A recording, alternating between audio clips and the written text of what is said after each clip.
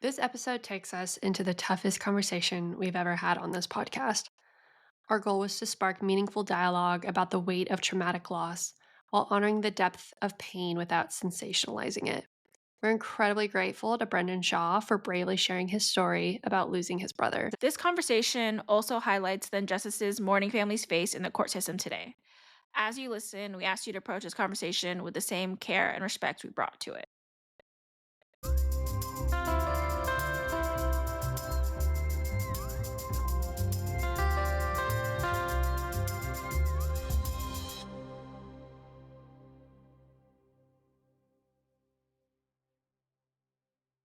Welcome, Brendan, to our season 2 of Two Girls with Grief podcast. We're so happy to have you here. Can you please introduce yourself to our podcast listeners? So happy to be here as well. Thank you so much for asking me to come on. My name is Brendan. If anybody has seen any of my stuff on TikTok, it's by Brendan Shaw or Brendan Shaw Grief. Maybe that's what looks familiar to you. And I guess the reason I'm here is because I experienced a very traumatic and tragic loss of my brother in April 2022, and it completely changed how I see everything. So since that happened, I started realizing how isolating grief can be. And very recently, I started creating content around this topic. Mostly, my initial goal was to just kind of get some of these thoughts that I have out of my head. But very quickly, it kind of turned into almost providing some comfort or validation for a lot of people who are in a similar boat. And grief is super hard, super messy. It sucks, but I've found that talking about it or connecting with others about it can be really powerful. And thank you again so much for having me on here to do that. I saw your TikToks and I just saw that you lost your brother, and I didn't know the reason or the cause behind it, but I lost a sibling. I lost my sister. And I think one of the first videos I saw was just like a slideshow of photos of you and your brother like growing up. Yeah, And it just that like really hit me because I always look at like old photos of me and my sister. And without fail, like to this day, it's been 8 years going on 9. I cry every time I look at photos. And yeah, so I was drawn to your story, and then jumped on one of your lives to like hear more about your story. And then I was like, "Oh my gosh, it's way more than I thought it was." Like I didn't realize there's more to the story than I assumed. I don't know. I You don't assume, I guess, traumatic loss. Grief is yeah. sad enough. Right. No, I get that. I don't blame you. I don't know why you would assume it. It's not really, I guess, normal, not a normal situation. But I'm glad you popped in the live. And I get what you're saying about the photos. That one post that you're referencing was almost more of like a therapy exercise for me to let myself go and like curate a few photos. That was very, very difficult to do. Like I said, I started doing this more for myself. I figured one or two people in the world would see any of these posts. It was more of an exercise for myself. So yeah, but I can obviously understand as a sibling kind of relating to that and maybe having a bit of a reaction. Yeah, it's something Rachel and I talk about. I did not lose a sibling, but I did lose a parent, and that's where Rachel and I connect a lot on is losing people in the medical sense and a illness perspective. So having you on and talking about different type of grief and how that affects people because Rachel and I can only speak to what it's like to lose people in that kind of like medical landscape or that Sure. illness perspective. But we want to know a little bit more about your brother and what he is like and what kind of Yeah, relationship you had with him. Just I want to like let's bring your brother like really alive for our listeners and sure. to feel connected. So my brother's name is Philip. He's 2 years younger than me. When this happened in 2022, he was 35. I was 37. He was a physician's assistant. He was a surgical physician's assistant and a very good one at that. And his entire hospital, like, absolutely adored him. Every single person in that place loved him. I couldn't have heard more stories that lent to that. After this, I got to meet all these people, and they were like, we're not just saying this. Your brother was my favorite person that I saw. If I saw him during the day, it made my day. He was that kind of person. Oh, And it makes sense. He developed like a ridiculous personality. I don't know if it's being a second child. I don't know what it is, but he was always trying to make whoever he was talking to laugh. He would figure out what it was and he would kind of chameleon himself and he would make you laugh. He would find that thing. And every single time he'd see you, he'd remember it and he would make you laugh. He had like a boyishness to him, like you're kind of like a little boy. but you're also like this amazing, accomplished, smart, witty man. Like he just had this way about him, and everybody felt that. Everybody felt that about him. There isn't a person on earth who didn't love Philip. If you knew him, you loved him. Like it was as simple as that. I feel that so much. My sister was 2 years older than me, so I was like the younger sister, Mhm. and I feel like our roles were kind of reversed. Like she had so many friends. We had a celebration of life, and it was like jam packed with people that flew all over the country. Some people out of the country. Like so many people showed up for Yeah. her, and she just like had so many special friendships, and there were so many nice stories about her that was like the only thing that made me feel any better about anything was just like she was so loved Yeah. and just reaffirming that she was just like a really good person and people loved her. And I started thinking like, wow, I need to step up my game because so many people love her. And Yeah. I'm like, I That's don't funny. think I have this many friends. I don't think I put in as much effort as she does with this like huge room full of people that have these special stories with her. And so Yeah. I totally relate to that where I'm like, you learn so much from your siblings. And as like the younger sibling, I was like, obsessed with my sister and looked up to her. And I think 2 years is like so close in age that you really do grow up together. It's like I don't know life. I didn't. Oh, now I do, but I didn't know life without her as a younger sister. So yeah, even hearing like the 2 years apart, I feel like that hurts my heart even more because I just know how like close that relationship is. I mean, siblings are so unique in that obviously our parents, we don't know life without our parents either, right? They're like our foundation. But if you're close enough with a sibling, it's not only the same, but there's like that twist where you're the same age basically. You're going through the same stages. You have those same friend groups in schools, and you're just doing all this stuff you do when you grow up, and you're doing it together. Your parents are always your parents, and you're like, you're old. And I look back and I'm like, I'm sorry I ever thought you were old. You're not old. I'm old now. But yeah, it's just that uniqueness, and it's yeah, I never saw him as like, my baby brother. It was like we're my friends are your friends, and our names were synonymous. It didn't matter if his friends were talking about us or my friends. It was Brendan and Philip. It was Brendan and Philip. Are Brendan and Philip coming?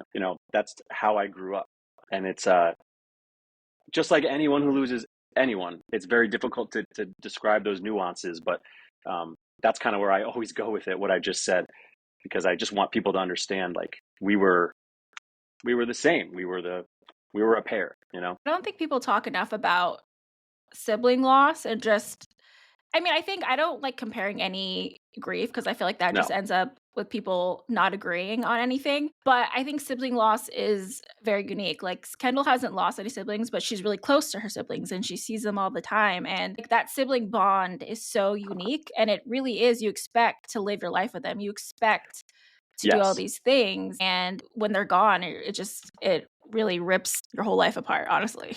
Yeah. No, that's the little twist, right? Like, and when I lose my parents, I don't even know what I'm going to do. Right? Like I love my parents to death. I love my family. I have an amazing large family, huge support group.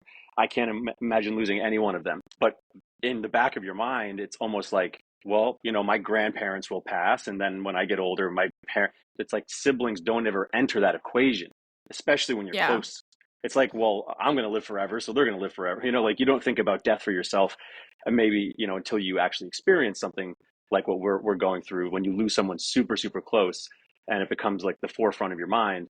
But when that happens, and especially out of the blue, you know, there's obviously tons of ways that somebody can go. If you had to watch a sibling, you know, get cancer and you watch them decline over years, like that's horrible. That's terrible. So there's no, again, like you just said, comparing is pointless because each one of these things has nuance. But regardless, when it's a sibling, that you never think that you never see that coming. It's not in your mind. Like when I'm X age, I'm going to lose all my grandparents, my parents. So I think that just adds like a little extra layer of like complexity in how you have to think about it, or what it does in terms of like trying to heal. I use heal in quotes. Yeah. Yeah, it never crossed my mind that my sister was gonna pass away, even when she got sick, so when it happened, I was just like, "What the hell?" It was just so shocking. So that kind of leads us into our next question, and I wanna enter into this delicately because Me and Kendall know what it feels like to hear about someone's passing, but I think when it's more of a traumatic loss, finding out that someone has passed away in that way is different because it's, like, very unexpected. I mean, I still it was unexpected to me, but it's still different.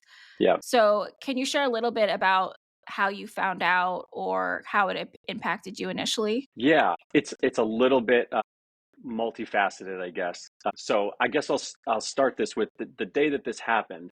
I had texted him. It was a beautiful day in April. It was like nice and warm in New York, and I was like, "Hey, we're golfing later." I just sent him a text like, oh, and hey, remember the Liverpool game on 11:30, something like that. And he didn't respond. And I was like, whatever. I don't know. He's probably working. He literally does surgery for 8 hours on his feet. And that morning, I will preface this by saying I am not like a woo woo person. I've never really leaned into that stuff. But that morning, I had this. I was saying to my wife, we were trying to do work at the computer. It was like 9 in the morning, and I'm looking at my computer screen, and I'm like blurry, like almost nauseous, like. And I turned to her and I was like, "Hey, I don't know what's happening with me, but like, just keep an eye on me because I'm like, I don't know if I'm gonna pass. I don't know what's happening." But I was super, super off and I couldn't shake it.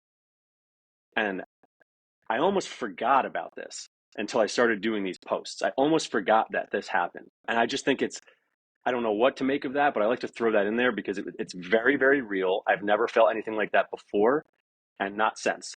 Um, it was a very unique feeling, but super off. Like I could not settle myself. I did not know what was going on. I couldn't sit still, blah, blah, blah. Okay. So I had sent my text, and his wife texted me and my wife and asked, "Hey, have you guys heard from Philip? It's maybe it's 12:05 in the afternoon at this point." And we're like, "No, actually." And I texted him earlier. He didn't answer me. I just figured he was working. And she said, "No, he was supposed to be at work at 12, and Philip hasn't been late for work one time in his life. He's a very prompt person. He's very professional." And as soon as she said that, the red flags in my body were like out of control. I can't even describe to you.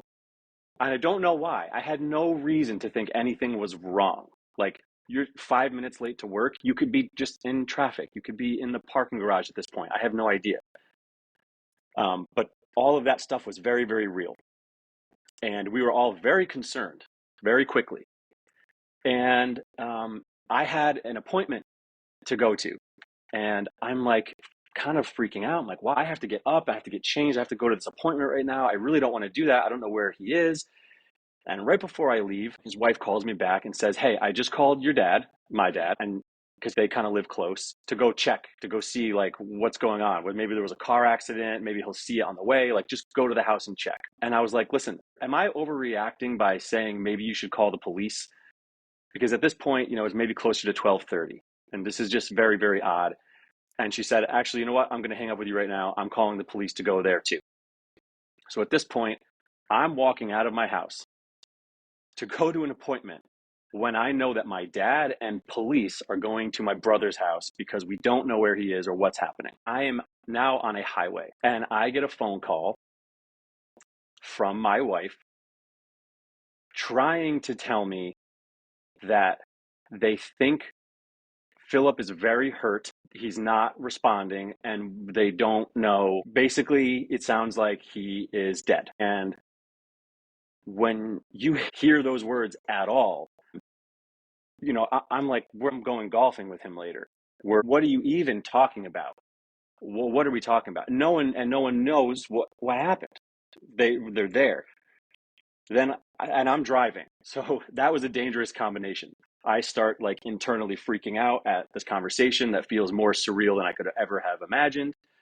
And I could never put into words. So I end up pulling off the road somewhere into some person's driveway. And I get a call from my dad, who's at the house, who was the first person who came across my brother in his garage. And he is, I can't even understand what he's saying. His voice is already hoarse from the screaming he had been doing, et cetera, et cetera. This is now, sinking in some capacity that like my brother is dead. And that's all I know is that he's at his house. And in my mind, it was an accident. because my brother is an avid woodworker. He loves woodworking. He loves being in his garage. This is a house he built only 9 months earlier, and he built it specifically with a big garage and a third bay that could hold all his stuff. And I'm thinking to myself, did he did some saw malfunction? Like, what are we talking about? Did he have a heart attack? But my dad, made it clear that it wasn't a heart attack because he was in a pool of his own blood. And as you can imagine, this type of information is not easy to process when you first hear it. It's not believable. You're not on Earth. So that becomes difficult. And the reason I said in the beginning that it's multifaceted is because I did not know the nature of what happened, right? So I found out my brother was at his home dead. And then I found out he's in his garage and there's blood everywhere. And I didn't know, I don't think any of us knew what happened until we got to the police station later, where they had my dad kind of like sectioned off. My brother's wife was already there, and they were kind of questioning everybody and everything. And basically, the only reason I figured out kind of what had happened was because somebody had said something, and again, this is so foggy, about the position of my brother's hands. He wasn't he wasn't bound at the time, but his hands were behind his back as if they had been, and they were stuck in that position. And I'm like, okay, well, this wasn't an accident then. Like, what are we talking about here? Like, did he get robbed? Who would do that to rob somebody? All these thoughts, and you cannot make sense of the situation. And then obviously more details came out. It becomes clearer. My brother's wife, she shared enough with the police pretty quickly for them to figure out exactly who it was. It was that person. He had already fled and blah, blah, blah. I won't get too much into that aspect of things, but it took maybe a day and a half until I knew everything about what happened. And I'm thinking, first I went from heart attack to, okay, accident to, was this some sort of robbery or something, to the most unbelievable thing you could ever be thrust into. So it adds just so many layers to really every single piece of this. I'm so Yeah. sorry hearing that. I feel like, it's like you lose somebody and there's that like everyone has kind of a similar grief layer. And then it's like Yeah. everyone's layers are made of different things. And I just can't imagine going like I hate saying that. Like I No, I I I don't hate fault, like I that never fault saying. anybody Yeah. for saying that. When people, seriously, I don't, because I'm just a guy. I'm a guy in a good area with a good family. This doesn't happen. Like, this doesn't happen where it doesn't happen, and it's just out of the blue. This person, it was a jealous ex, and he literally came across the country 5 years after the last time my sister-in-law and him were together, and they were only together for a short period of time. And what are you going to do? Some sociopath enters your circle, and Yeah, you it, would not expect that. That's just crazy. it's crazy. And I was even told this by a friend of our family, is a big time lawyer in the area, and taught at the local law school forever. So she knew everybody involved. She knew the judge. She knew all the attorneys and the DA's office. She knew everybody, and she was very helpful to kind of explain everything to me. And she told me this story. She said, after she tried a couple of like really big cases as a prosecutor, and then started teaching at the school, they wanted to give her like this basement office, like hidden away, like in the corner. So, there's no windows. She wasn't an easy target. And she refused it. And her reason was, if I've learned anything with, she's probably, in her mid 70s at this point. If I've learned anything over my career, for 75 years of doing this, is that if one person wants to get one person, they're going to do it. You cannot stop that. It's as simple as that. If because there's a lot to my situation with my brother. There's a lot of what ifs, and there's a lot of camera footage, and you see, my brother had come out of his house quite a ways because this person approached his house at 7 in the morning and caught him off guard, tried to knock on the door, and my brother was probably asleep. So after waiting at the door for a minute, this guy starts to walk away. I'm assuming he was trying to find another way in, but regardless, my brother then does come to the door and comes outside and walks down his sidewalk. So he's outside. And when you see a video like that, in my mind, and I still struggle with this, is why did you go back inside? How did you go back into the house? I know this guy had a gun. I know he probably said something. We couldn't make out what he said on the camera. But in that video, which I mean just completely haunts me and lives on YouTube for everyone to see, um, Oh God. yeah, a lot of this stuff is apparently published on YouTube. But you're like, well, why did you go back inside? And that's not helpful. It's not. Yeah, the what ifs are really, even with, on different scale of like sickness and just things you're like, maybe we should have tried this or that. Or even the spiral of should I have done this or if I would have been there? Like there's just so Yeah, many what ifs, and it's really hard to not go there because that like I feel like tunnel can just go deeper and deeper and then you can just be stuck in it. And it's really hard to stop yourself and be like, there's nothing that I could have done. The important part is like they knew that you loved them and you were there for yeah, them. It's really hard to like come back around to that piece and just be like, I have to stop thinking about it. And that's even more so if it's like online and you can't even hide from it. That just makes it yeah, harder. yeah. And that's why I very much, as sick as it is, I appreciate what this woman said to me about if this person had made up his mind, maybe it was in the parking garage at work or walking home from the grocery store, or it doesn't matter that the way it happened is the way it happened. Because if one person wants to get one person, I mean, it really is that if you are going to put in that kind of effort, unless you're going to be a recluse and hide, but also if you don't see it coming, if no one, why would anyone have thought this was going to happen? So yeah, it's all very, it's tough. It's very tough. Yeah, so as our perspective with grief is through the medical world and looking at our family's health history and kind of going through grief in a sense that our anger and our pain is directed in a different way than say your pain would be directed. And Yeah. so in this case, being that this is such a traumatic nature of your loss, how do you think that has been influencing your grief and your grief journey? That's a good question, because and this is something that I guess if you're not in it, you wouldn't even think, but it took a year and a half for a trial, and then sentencing was in December of 2023. So, Mm. this event happened April 2022, and this person wasn't sentenced until December 2023.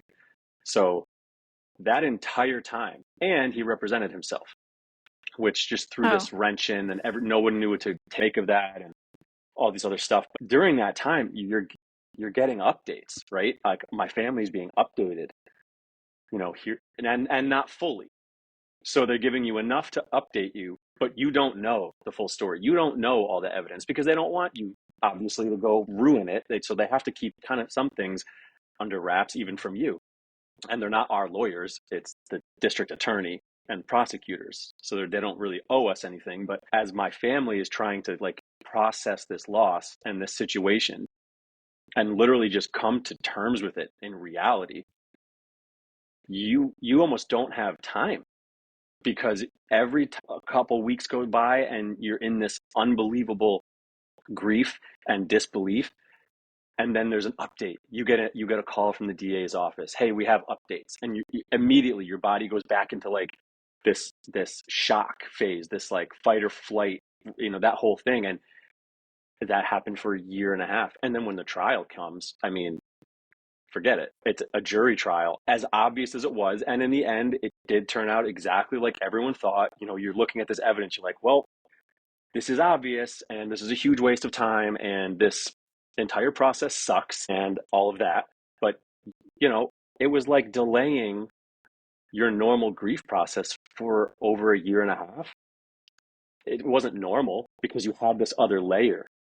You had to yeah. think about the what ifs. Could you imagine if there's some evidence processing that got messed up, or chain of command thing, or whatever, some technicality bullshit thing, and something happens, like that 0.5% chance, to live with that on top of trying to just grieve the unbelievably traumatic situation. You asked how it influenced the journey. I don't know how to put that into words, but you can probably imagine. Yeah, I feel like I was really slow with my grief journey and Kendall as well, but my loss is even farther, so, like, Kendall's even quicker than me as Yeah, in the timeline. I was thinking about, like, it's that fair. extra layer is, like, it's hard, like, I took forever. Like, I lost my dad.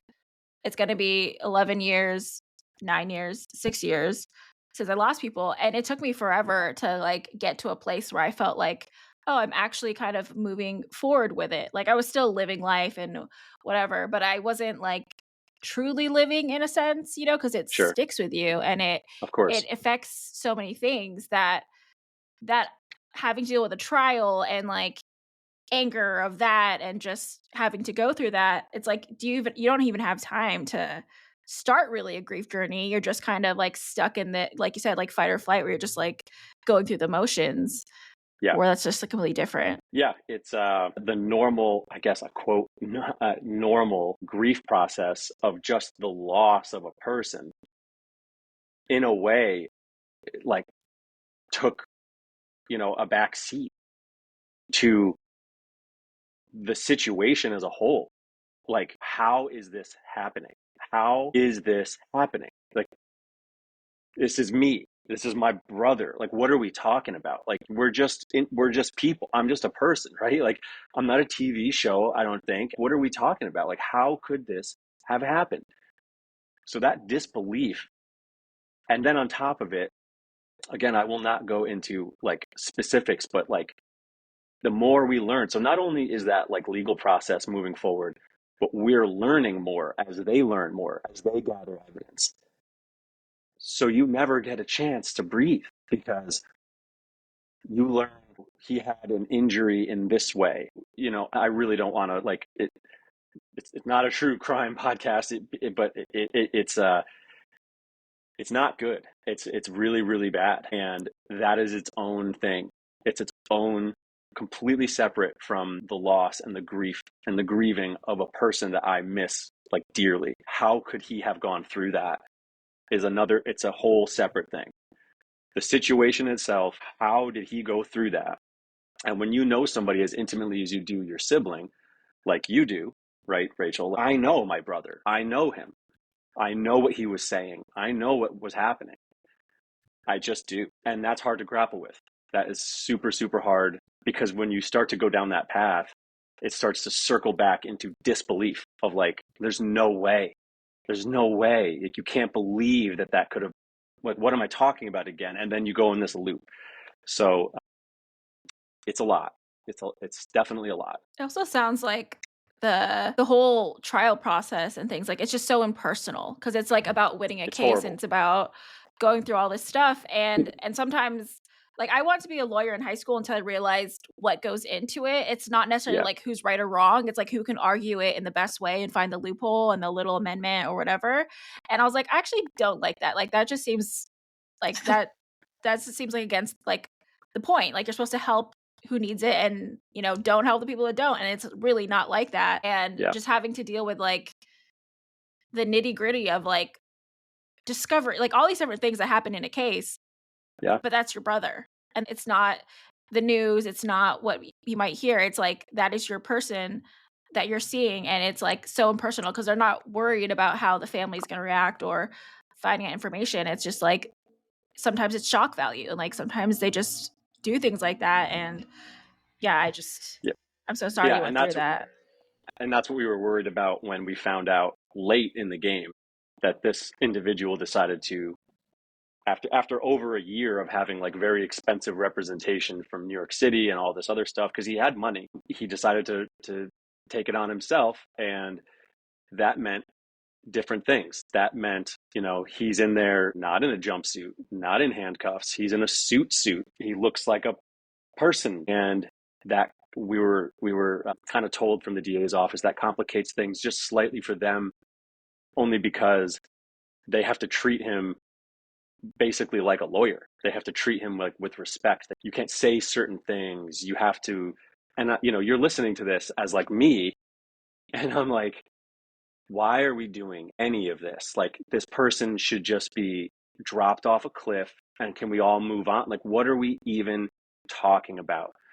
It really, really highlights the system and all of its flaws. That not only, I'm not saying that as a biased person, I'm saying that having talked with the DA of my city and his ADAs and all these other people who are in the process who fully agree. Like, everybody agrees. And, I'm not going to remember the nitty gritty and each little example of this, but you're going through this process, and I'm sitting in the room with these people, and I'm like, so who's going to change that? Whose job is Yeah. it? If it's not yours, if it's not like, what are we? Every person on earth would agree with what I'm saying right now, and we're all just living by these other rules. And someone make that make sense to me. Like, that happened countless times in the process. Things that you would never know. You would never know if you're not in this. Like, nobody knows. I should have done a better job writing them down so I could go, like, expose them to the world or something, because everyone would be disgusted to learn, like, the little pieces of a criminal trial like this. It's really it's very hard to deal with. And so the anger of what happened, the anger of the process, the anger, I'm trying not to direct anger at these people who are trying to do the right thing, but it's a lot. Like I keep saying. That that is a lot. I feel like it just feels so wrong, and I don't know how I would keep my cool. Like, we've had a previous episode where we talked about just like, what would you do if someone hurt your family member? I'm like, I'm not a violent person, but like, if something happened, like, I don't know what I'd do. Like, I love my family, and most of them are gone now, but I would have. I don't know. Like, I feel like that's what would have made me go crazy is like, even my sister was my older sister. She was like the sweet one. I always say like I protected her because she was like the sweeter sister. So I always felt protective of her. I would go off on like people when I was like a 6-year old, and Yeah, people would make fun of her because she was 100%. that's like I don't know, as an adult, if something like that happened, it's like I don't know, like that's just a crazy Yeah, feeling because you want to support them in any way you can, and sometimes it's just like their legacy and their memory and justice, yeah, and yeah. I I'm love s that word. I love that word when it comes to this particular situation. I can't tell you how many times I've heard, well, at least you got justice. At least justice was served. At least, and you're like, But he's you're not not here in my anymore. shoes. Yeah, you don't, like, if you think that just removing this guy and putting him in a room somewhere else is justice, like, I really hope this doesn't happen to you. That's all I have to say, because you're gonna be rude awakening if you think that this is justice. it doesn't feel like nearly enough. That kinda goes into our next thing we wanted to talk about was, did you experience any, like, unexpected reactions or responses to this? Because I think it happens with grievers in general, just people put their foot in their mouth over any situation, and I think with a traumatic loss, it'd probably be 10 times worse with what people could possibly say because there's so many things. Did you have a hard time with that? Like people reaching out or just saying outlandish things to you? I think for the most part, people were pretty good, or at least I should say, everybody was well meaning. And we all, I'm sure, have gotten that where the person is well meaning. They say something that you're like, was that okay? But you just let it go because their heart's in the right place. But the one that I always tell, I got a DM on Instagram within the first 2 weeks.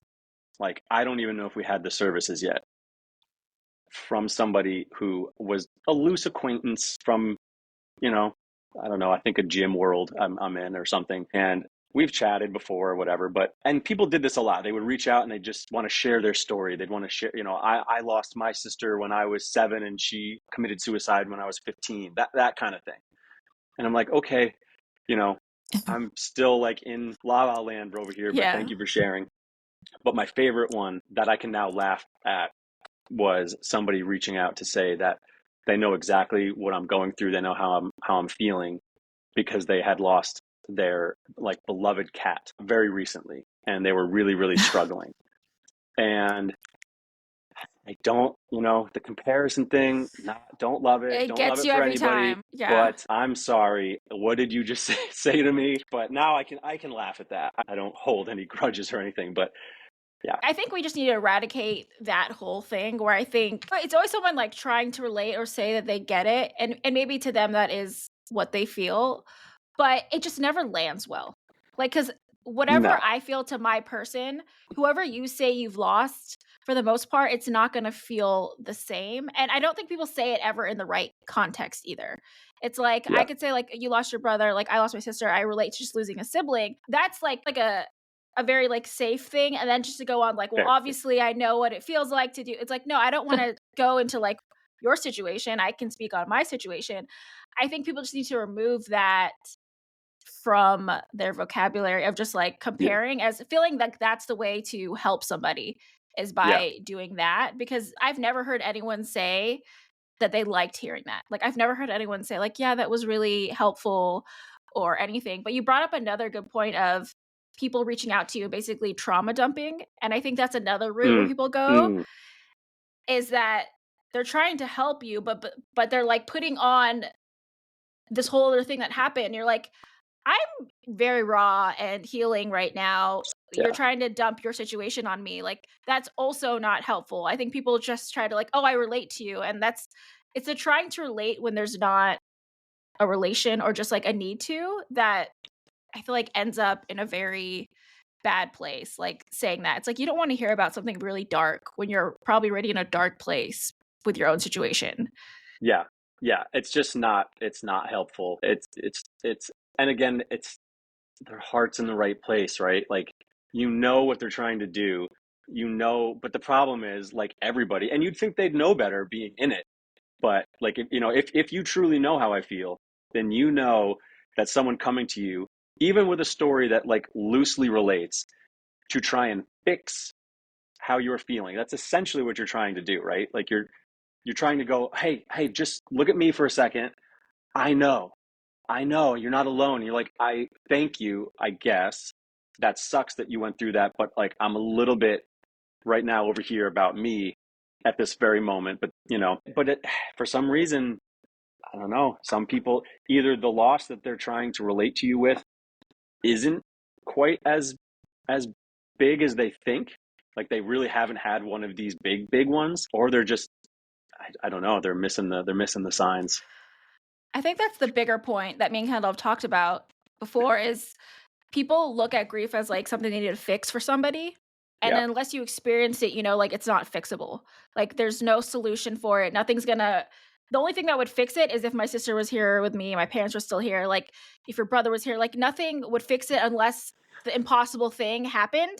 Yes. So, people always look at it as, like, you do this thing, or that's what they say, like, they would want you to be happy, or they'd want you to do this. It's Yeah. like people are coming at it as, like, I need to fix it for you and help you by saying something or telling you, encourage you in a certain way is gonna fix it, and there's no fixing it, and I think that's the bigger thing that needs to be talked about is, like, you can't fix the situation. I wish it could be fixed, but it Right. can't. Right. So, stop saying the things that you think are gonna fix it because in reality, And they're not. honestly, I feel like it's okay to just be like, if one of my friends came to me early on at the services, first time I saw them since this happened, and just looked at me and was like, this fucking sucks. That's it. I would have absolutely, I've been like, yep, you're right. And I wouldn't have resented that. I wouldn't have had that little tinge of like, yeah, you missed the mark, but thank you for trying. Like, no, you're right. This hurts, and it's okay to acknowledge that this is terrible and it sucks, and that's okay. I think what's interesting about your story in particular is that when I look at my own grief with my own dad, I experienced a new sense of anger that I had never experienced before.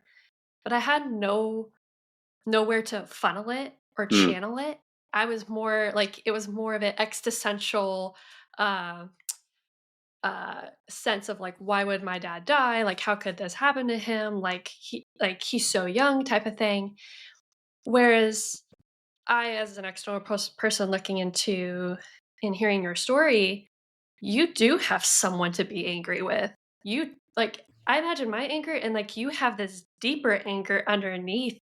And do you find that like that could change your perspective on your life entirely, or are there other things involved in all of this that has changed your perspective on life and relationships and things? yeah, it's that's something I